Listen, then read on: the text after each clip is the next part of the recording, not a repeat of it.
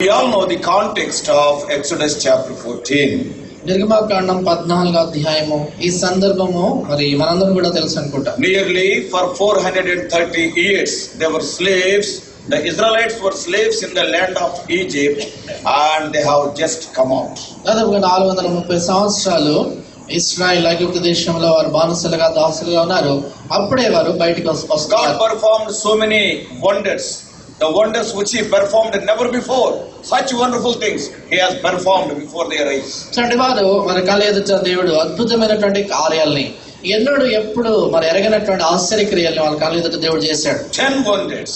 10 అద్భుతాలు జరిగించాడు. And they have come under the blood of the lamb and they come out of the land of Egypt. తర్వాత వారు ఆ గొర్రెపిల్ల యొక్క రక్త ప్రోక్షణ కిందకి రావటం ద్వారా ఐగుప్తులో నుండి వారు బయలుపలికి వచ్చారు. Some of the Israelites may be thinking, our slavery is gone, our problems are over. కొందరు ఇశ్రాయేలు బహుశా రీతిగా అనుకుని ఉంటారు, ఇక మన బానిసత్వము గతించిపోయింది కనుక మనకి ఏ సమస్యలు ఉండవని వారు అనుకున్నారు. 430 years we were suffering under the iron hand of Pharaoh. దాదాపుగా 430 సంవత్సరాలు ఈ యొక్క ఫరో యొక్క కఠినమైనటువంటి హస్తము కింద బాధపడతా ఉండినాం. We are suffering day in and day out. ఆ దివారాత్రాలు మేము శ్రమ పడతా ఉండినాం. Now we have come under the blood of the lamb. అయితే ఇప్పుడు గొర్రెపిల్ల రక్తం కిందకి వచ్చాం. We have come out of the land of Egypt. ఈ ఐగుప్తు దేశం నుండి వెలుపలికి వచ్చాం. Now our troubles are over. ఇప్పుడు మా సమస్యలు తీరిపోయాయి.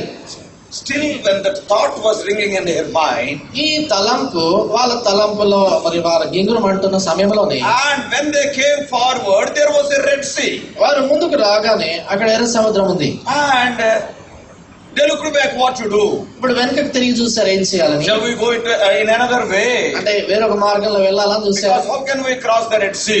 అంటే ఎర్ర సముద్రం ఎలా దాటగలము? Such lakhs of people crossing the Red Sea is a Hercules task. It is impossible. చూడండి, లక్షలాది మంది ఈ ఎర్ర సముద్రం దాటడం అనేది కష్టమైందే కాదు కానీ అసాధ్యమైనటువంటి పని. And when they looked back, to their sad surprise, the armies of Pharaoh are after them. తర్వాత వెనక్కి తిరిగి చూసినప్పుడు వాళ్ళు ఎంతో విషాదకరమైనది ఆశ్చర్యపోయినటువంటి సంగతి ఏంటంటే ఈ ఫరో సైన్యాలు వారి వెంట తరుముతూ వచ్చారు. Now they are fixed in that situation. ఇప్పుడు ఆ పరిస్థితిలో వారు ఇరికిపోయారు. Brothers and sisters, సోదరి సోదరులారా, like the Israelites, sometimes we have to face this Red Sea crossing in our lives. కొన్నిసార్లు మన జీవితాల్లో ఇశ్రాయేలు వలె ఈ ఎర్ర సముద్రంను దాటేటువంటి అనుభవం కూడా వెళ్లాల్సి ఉంటుంది. You and I are born again. నీవు నేను తిరిగి We జన్మించాను. have come under the blood. మన రక్తం కిందకి వచ్చాం. Joyfully we have come out of the land of Egypt. ఎంతో సంతోషంతో ఐగుప్తులో నుండి వెలుపలికి వచ్చాం.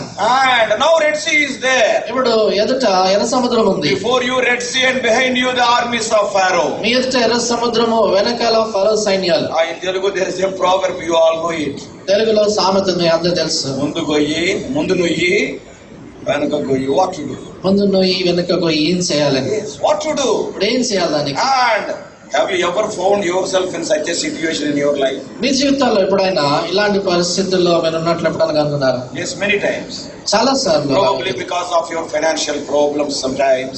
బహుశా కొన్నిసార్లు ఆర్థికమైనటువంటి మీకున్నటువంటి సమస్యలను బట్టి, And because of some family problems. లేక కొన్ని కుటుంబ సమస్యలు You ఉన్నప్పుడు never expected them.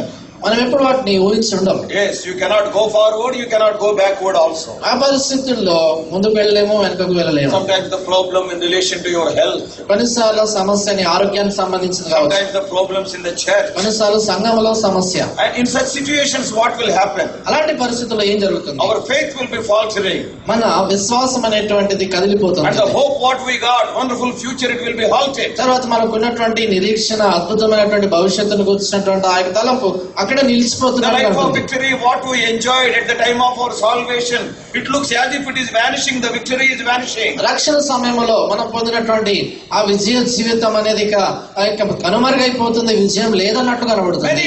Many times, if you are a true child of God, may not be that much big magnitude, but you and I will be facing this type of Red Sea experience in our life. చాలా సార్లు మనం దేవుని బిడ్డలం అయినప్పుడు బహుశా ఇంత పెద్దగా కాకపోవచ్చు కానీ మన శక్తికి తగినట్టుగా ఇలాంటి ఎర్ర సముద్ర అనుభవాలు మనం ఎదుర్కోవాల్సి ఉంటుంది. Why God allows the Red Sea experiences in the lives of the born again children? ఎందుకని తిరిగి జన్మించినటువంటి దేవుని పిల్లల జీవితంలో దేవుడి యొక్క ఎర్ర సముద్ర అనుభవాలు అనుమతిస్తాడు. Yeah, you have left Egypt.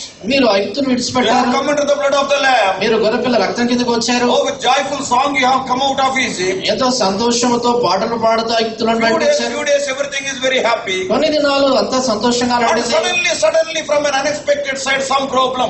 Every one of us who are sitting here, if you are a true child of God, in some area or other, you must have faced this experience already. కాబట్టి అకస్మాత్తుగా అనుకోకుండా అన్ని బాగా జరుగుతున్నప్పుడు మనం ప్రతి ఒక్కరం కూడా తిరిగి జన్మించిన దేవుని బిడ్డలం అవుతాయి. ఇలాంటి సమస్య అకస్మాత్తుగా పుట్టుకురావటాన్ని చూస్తూ ఉంటాం. Israelites were like that. ఇశ్రాయేలీయులు అలా ఉండినారు. 14:10. 14:10 నిర్గమకాండము 14. 14:10. నిర్గమకాండము 14:10. What to do in such type of situation? ఇలాంటి పరిస్థితుల్లో ఏం చేయాలి? Verse 10. పదండి. ఫరో సమీపించుచుండగా ఇశ్రాయేలు కనులెత్తి ఐగుప్తీయులు తమ వెనుక వచ్చుట చూచి మిక్కిలి భయపడి యెహోవాకు మొరపెట్టిరి. They cried unto the Lord. వారు యెహోవాకు మొరపెట్టిరి. There is no way of escape. తప్పించుకునే మార్గం లేదు ఇంకా. If they look forward, Red Sea is there. ముందు చూస్తే ఎర్ర సముద్రం. If they look back, the Pharaoh's armies are there. వారు వెనుక చూస్తే ఫరో సైన్యాలు ఉన్నాయి. Either side, thick forest is there. They cannot escape. Lakhs of people are there. అటు ఇటు చూసినట్లయితే ఇటు పూర్తిగా అరణ్యం ఉంది. లక్షలాది ప్రజలు ఎక్కడ తప్పించుకుపోతారు? Like the Egyptians, the Israelites are not having chariots. They are not having the horses. Israel ఐగుప్తీయులకు ఉన్నట్లుగా ఇస్రాయేల్కి గుర్రాలు గాని రథాలు గాని లేవు. They may not be having the worldly strength. వాళ్ళకి లోక సంబంధమైనటువంటి బలం లేకపోవచ్చు. When you and I face a situation, what to do? నీవు నేను ఇలాంటి పరిస్థితి ఎదుర్కొన్నప్పుడు ఏం చేయాలి? Yes, generally when we face such situation, one thought will come as Israelites got. చూడండి, మామూలుగా ఇలాంటి పరిస్థితి మనం ఎదుర్కొన్నప్పుడు ఇస్రాయేల్కి వచ్చినట్లుగానే మనకు ఒక తలంపు వస్తుంది. Yeah, when they are trapped between the Red Sea and Pharaoh. ఎప్పుడైతే ఎర్ర సముద్రము ఫరోకు మధ్యలో ఇరికిపోయారు, What they were thinking? వాళ్ళు ఏం ఆలోచించారు? Verse 12. 12వ వచనం. Verse 12. 14-12 మా జోలికి రావద్దు, ఐగుప్తులకు దాసులమగుదమని ఐగుప్తులే మేము నీతో చెప్పిన మాట ఇదే కదా. మేము ఈ అరణ్యమందు చచ్చుట కంటే ఐగుప్తులకు దాసులమగుటే మేలని చెప్పిరి. Always this temptation will be there in the life of a believer. ఎల్లప్పుడూ కూడా అవిశ్వాస జీవితంలో ఇలాంటి శోధన ఉంటుంది. What is that? అదేంటి? When you are facing Red Sea, there will be always a temptation to go back to Egypt. That is, go back to the world. చూడండి, ఎర్ర సముద్రాన్ని ఎదుర్కొనేటువంటి సమయంలో ప్రతిసారి కూడా ఆ వెనుక కంటే ఐగుప్తులోనికి వెళ్ళాలా, లోకంలోనికి వెళ్ళిపోవాలనేటువంటి శోధన వస్తుంది. They are full of fear. వారు పూర్తిగా భయపడి వారు ప్రభుకు మొరపెడుతున్నారు. They are almost scolding Moses. వారు దాదాపుగా ఇక మోషేని తిడుతున్నారు. Yes, why you have brought us out? మీరు ఎందుకు మమ్మల్ని బయట It is తీసుకొచ్చారు? better for us in Egypt. మేము ఐగుప్తులో ఉండటం మేలు. Now you see what to do. ఇప్పుడు చూడండి ఏం చేయాలి మేము అంటున్నాం. Whenever you and I face such situation, there will be a tendency to go to the old life. We must be very careful. కాబట్టి చాలా సార్లు ఇలాంటి పరిస్థితి మనం ఎదుర్కొన్నప్పుడు పాత ప్రాచీన జీవితంలోనికి వెనుకకు వెళ్ళిపోవాలి అనేటువంటి శోధన కలుగుతుంది. అందుకే జాగ్రత్తగా ఉండాలి. I have seen some of the young people. నేను కొందరు యవనస్తులను చూశాను. Not only myself, you must have seen. నేను మాత్రం కాదు, మీరు Or you గమనించుంటారు. must have experienced this situation in your life. బహుశా మీ జీవితంలో ఇది ఒకవేళ అనుభవించుంటారు కూడా. You are saved మీరు రక్షణ పొందారు. after your salvation, మీ రక్షణ తర్వాత and you are applying for a job. You are not getting a job. మీరు ఉద్యోగం కొరకై అటు ఇటు వెళ్తున్నప్పుడు మరి ఏది మీకు ఉద్యోగం దొరకట్లేదు. You are a child of God. You are a Christian. మీరు దేవుని బిడ్డవు, క్రైస్తవుడు. You are not having any reservation. నీకు ఎలాంటి రిజర్వేషన్ లేదు. And also you cannot give a bribe like the worldly person. తర్వాత లోకస్తులు ఇచ్చినట్లుగా లంచం ఇవ్వలేవు. And you are not getting the job. Days are passing by. Juniors to you, they are getting good job. దినాలు గడిచిపోతా ఉంటున్నాయి. నీకంటే తక్కువ వాళ్ళకి ఉద్యోగాలు వస్తున్నాయి. నీకే మాత్రమే ఉద్యోగం రావట్లేదు. People who got lesser marks than you, they are in a better position. నీకంటే తక్కువ మార్కులు వచ్చినటువంటి వాళ్ళు నీకంటే మెరుగైనటువంటి స్థానంలోకి వచ్చేస్తారు. You are writing exams, you are not getting a job. అయితే మీరు ఓ పరీక్ష తర్వాత మరో పరీక్ష రాస్తున్నా మీకు ఉద్యోగం రావట్లేదు. Sometimes this weak idea will come. కొన్నిసార్లు ఇలాంటి మరి తలంపు, ఇలాంటి శోధన వస్తుంది. Why can't I go back? నేను ఎందుకు వెనుకకు Yes, వెళ్ళిపోవాలి? if I go back, I can give a bribe and get a job very quickly. నేను వెనుకకు వెళ్ళిపోతే ఆ లంచం ఇచ్చేసి త్వరగా ఉద్యోగం పొందగలను. Sometimes the temptation will be there to go back. కొన్నిసార్లు వెనుకకు వెళ్ళాలా అనేటువంటి It శోధన is a వస్తుంది. practical situation. ఎంతో క్రియాపూర్వకంగా ఎదుర్కొనే పరిస్థితి. Yes, Israelites are also like that. ఈ ఇశ్రాయేల్ కూడా అలాంటి వాళ్ళు. But remember one thing. అదో సంగతి జ్ఞాపకం పెట్టుకోవాలి. The old life won't help a saved child. చూడండి, ప్రాచీన పాత జీవితం అనేది రక్షణ పొందిన దేవుని బిడ్డకు సహాయపడదు. Yes. By looking towards the past, As a child of God, you cannot cross the Red Sea. చూడండి, దేవుని బిడ్డగా వెనుక వైపు చూస్తూ ఎర్ర సముద్రాన్ని దాటలేవు. Sometimes we blame God also కొన్నిసార్లు మన దేవుని కూడా నిందిస్తుంటాం by seeing the situations in our life. మన జీవితంలో ఉన్నటువంటి పరిస్థితులను చూస్తూ Yes, we will be I'm blaming God. మన దేవుని నిందిస్తుంటాం. See, many times we do not know the purposes of God. చాలా సార్లు దేవుని ఉద్దేశాలు ఏంటనేవి మనకు తెలియదు. Why God has taken them in that particular way? ఎందుకు దేవుడు వాళ్ళ ప్రత్యేకమైనటువంటి ఆ మార్గం They తీసుకెళ్లాడు? are saved children of God. వాళ్ళు రక్షణ పొందిన దేవుని పిల్లలే. See, God knows very well Egyptians are going to come. దేవునికి ముందే తెలుసు ఈ ఐగుప్తులు వస్తారని. Israelites do not know. ఇశ్రాయేలుగా తెలియదు. You and I may not be knowing that the problem will be there before us, but God knows it in advance. చూడండి, నీకు నాకు ముందు సమస్య ఉండబోతున్నటువంటి మనకు తెలియదు, కానీ దేవుడు ముందుగానే తెలుసు సమస్య What is the వస్తుంది. purpose of God in God bringing in that particular way of the Red Sea? చూడండి, ఎందుకని దేవుడు ఆ ప్రత్యేకంగా ఎర్ర సముద్ర మార్గాన నడిపించడంలో ఉద్దేశం ఏంటి? In verse 4 it is written, 4వ వచనంలో రాయబడింది. in 14:4, 14:4లో 14:4 అయితే నేను ఫరో హృదయంను కఠినపరచుదును. ఎందుకని అతడు వారిని తరమగా నేను ఫరో వలనను అతని సమస్త సేన వలన మహిమ తెచ్చుకుందును. I want to get glory through Pharaoh and all his army. నేను ఫరో వలనను అతని సమస్త సేనల వలన మహిమ It తెచ్చుకోవాలి. is the purpose of God. It is not to destroy the Israelites, remember it. చూడండి, ఈ జ్ఞాపకం పెట్టుకోవాలి, ఇక్కడ ఇశ్రాయేల్ నాశనం చేయడం అనేది దేవుని ఉద్దేశం కాదు. God has brought Israelites to the bank of the Red Sea, and behind them the Egyptian armies are there. It is not to destroy the Israelites. ఇక్కడ దేవుడు ఇశ్రాయేల్ ని యొక్క ఎర్ర సముద్ర తీరాన్ని తీసుకొచ్చాడు.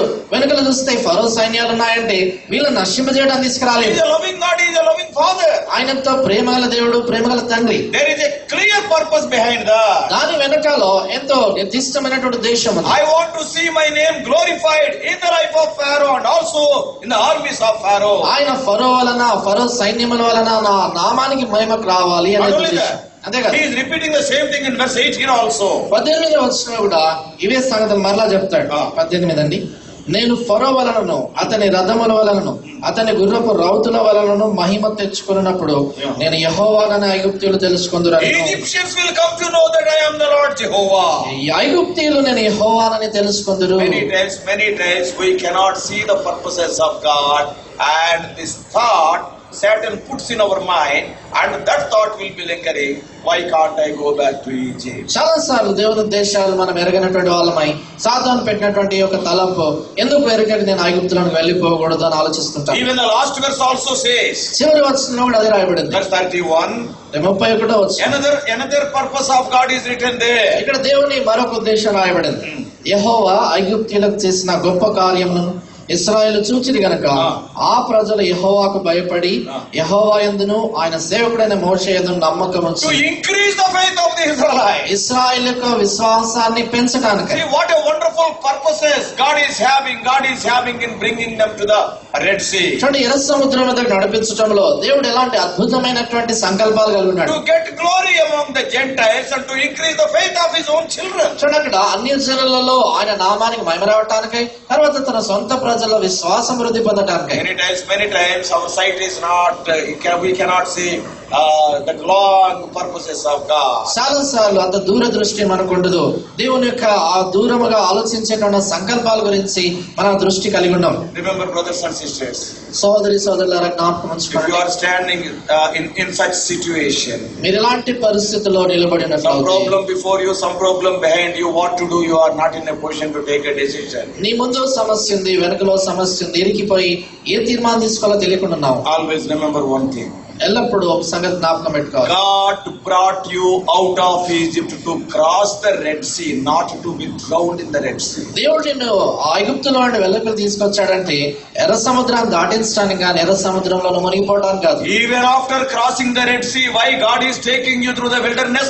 So that you may inherit Canaan, not to die in the wilderness. తర్వాత ఎర్ర సముద్రం దాటిన తర్వాత కూడా అరణ్య మార్గాన ప్రభు నిన్ను నడిపిస్తున్నాడంటే అరణ్యంలో నీ క్షేమం రాలిపోవటానికి కాదు, కానీ కనాల్లోనికి వెళ్ళడానికి. So don't allow the enemy to convince you to go back. కాబట్టి నిన్ను వెనుకకి వెళ్ళిపోవాలనేటువంటి ఆ శోధనకు లోబడటానికి సాతానుకు చోటు ఇవ్వకూడదు. You left Egypt once for all. నువ్వు ఒక ఐగుప్తును విడిచిపెట్టావంటే అది పూర్తిగా విడిచిపెట్టేస్తావు. Let us not walk in conformation with the world. Romans 12:2.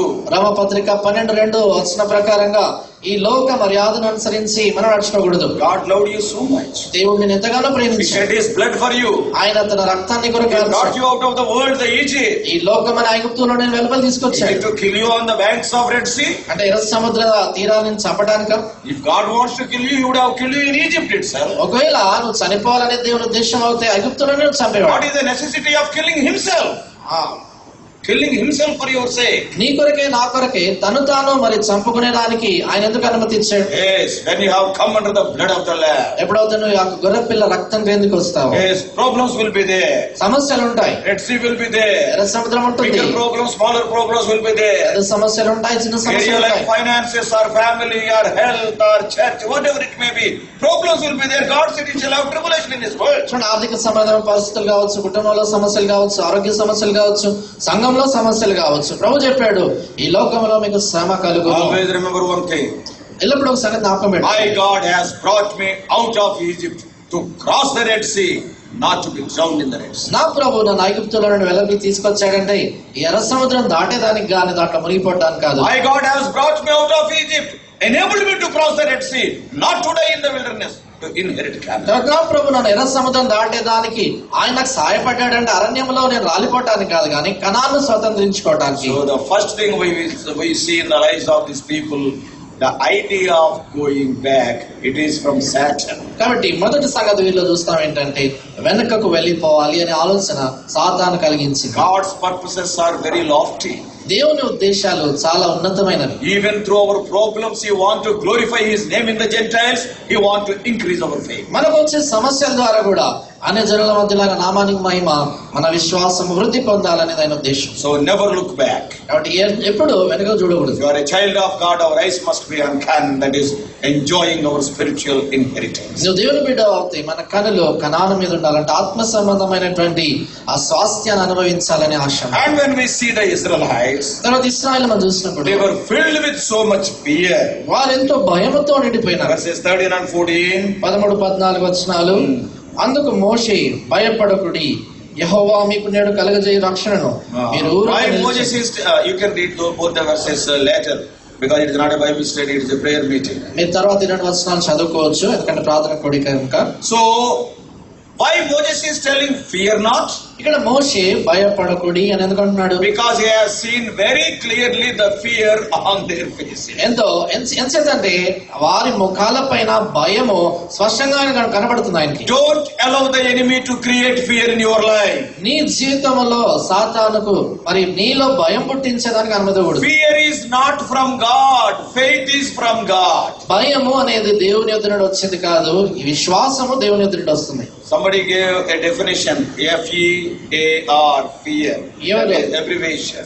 ఎవరో ఇంగ్లీష్ లో ఫియర్ అంటే భయం అనే దానికి ఈ రీతిగా వారు వివరించి చెప్పేదాన్ని. What is that? ఏంటి? False evidence appearing real. That is fear, isn't it? భయం అంటే కాని సంగతులను వాస్తవంగా ఉన్నట్లు చూపించటం. అదేమీ లేదు, అసలు నిజంగా అక్కడ ఏం లేదు. అక్కడ బూజు ఉంటుంది, అక్కడ బూజు ఉంటుంది, మనకి చిరుతుపులు తలకాయలా కనపడుతుంది, అది మనకి చిరుతపులి తలలా కనబడుతుంది. false evidence and appearing real, that is fear. భయం అంటే లేని సంగతిని నిజముగా చూపించటము భయం. Fear is enemy's trick. ఆ భయము అనేది సాతాను యొక్క పన్నాగం. When you are in fear, నువ్వు భయంలో ఉన్నప్పుడు, when you are in tension, నువ్వు ఒత్తిడిలో ఉన్నప్పుడు, many times we have seen, you also know it very well. చాలా సార్లు మనం చూస్తుంటాం, నీకు కూడా బాగా తెలుసు. Under tension, yes, mind won't function. ఒత్తిడిలో ఉన్నప్పుడు మెదడు పనిచేయదు. All the memory you will forget. నీ జ్ఞాపక శక్తి అంతా కోల్పోతుంది. Fear distorts your memory. చూడండి, భయం అనేది నీ జ్ఞాపక శక్తిని తగ్గించేస్తుంది. So many experiences are there in your life.